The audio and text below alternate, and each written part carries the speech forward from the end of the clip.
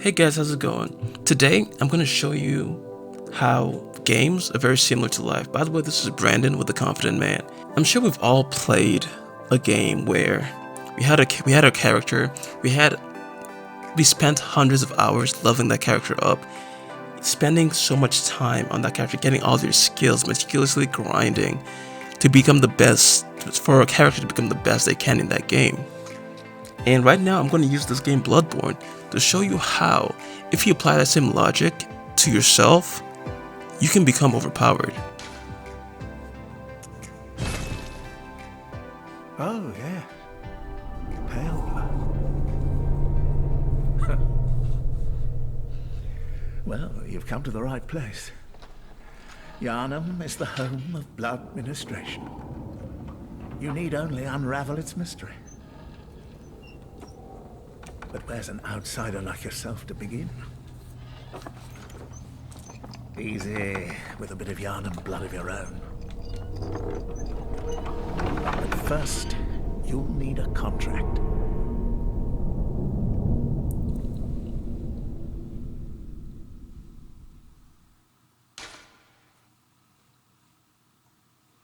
First thing we get right into it, we gotta make our character. And this is all based on genetics, by the way. So who your character, how you look, skin color, height, all of that's unchangeable, and that's completely dependent on your genetics. But something really important that does translate into real life as well is your class, which we'll get to right in a second. So right here, you can see how we have multiple classes from lone survivor, troubled childhood, violent past, professional, military veteran. What this is basically your inherent gifts and your inherent weaknesses. So your strengths and weaknesses. On the right, top right side, you can see that each of these classes has its own unique strengths. And same goes for us. Same goes for us as people. See how each of them are very different.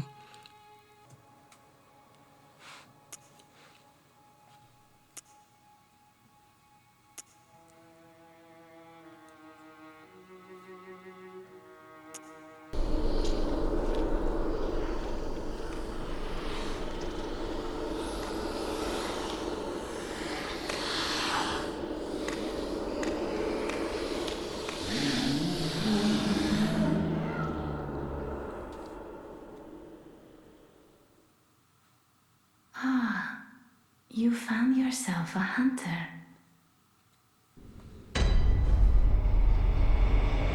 So we start off. First thing you're gonna notice is we have other people in here with us in the form of ghosts. And in this game, these are people I assume playing the same game at the same time you are, which is also something that translates into living, because we're not the only ones on this earth. We have other people we can learn from. We have other people who've lived this before us, people who leave resources for us to use. And in order to really capitalize on your existence on this world, you need to take advantage of the resources of other people.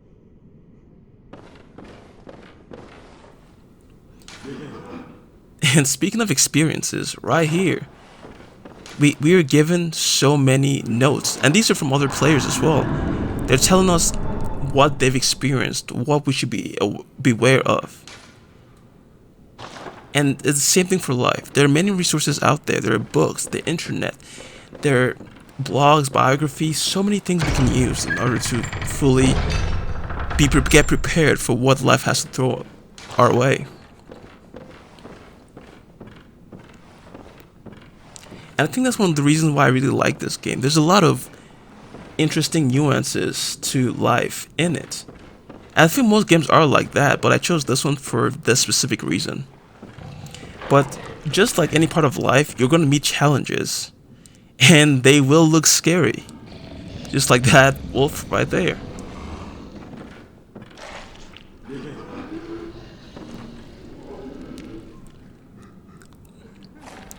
See, that is someone trying to fight this wolf, I assume.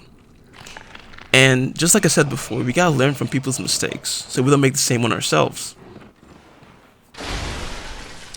But just like in life, there are some challenges that might be too much for you to handle.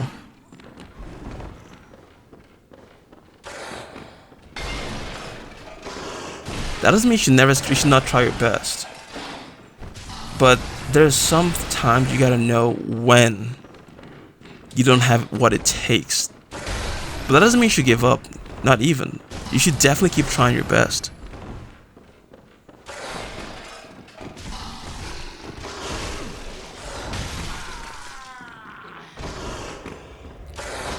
At this part, we're supposed to die here, and I kind of realized that. But it also is a really great metaphor, which is another reasons why I chose this game.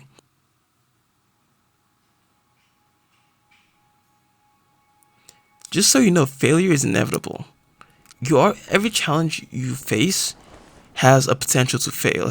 You have a potential to fail, especially if this is a challenge that you've not encountered before. And this is a good thing because what it does, it shows that you're growing.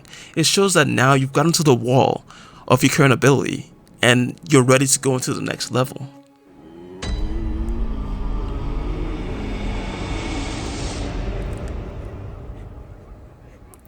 A lot of failures happen because we just didn't have the right tools and equipment.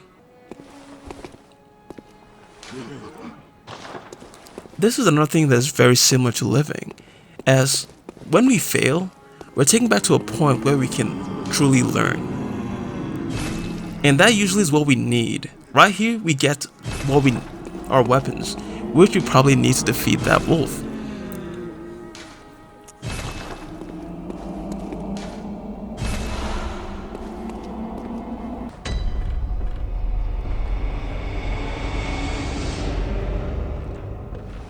In the real world, in real life, failures are supposed to make us see where we're lacking, and we're supposed to go back, learn, gain those things we're lacking, and try the challenge again.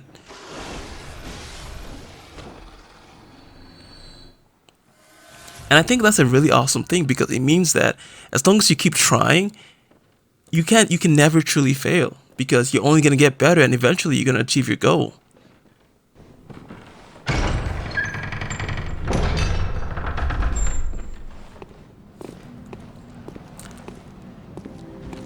I'm just gonna wrap it up here because life is a series of challenges, and they get each of them, or you can say a series of mini bosses, and each of them get progressively tougher.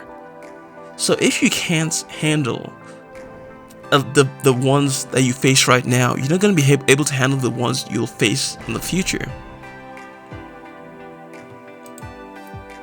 In life, you can choose to spend hours playing a video game, and there's nothing wrong with that.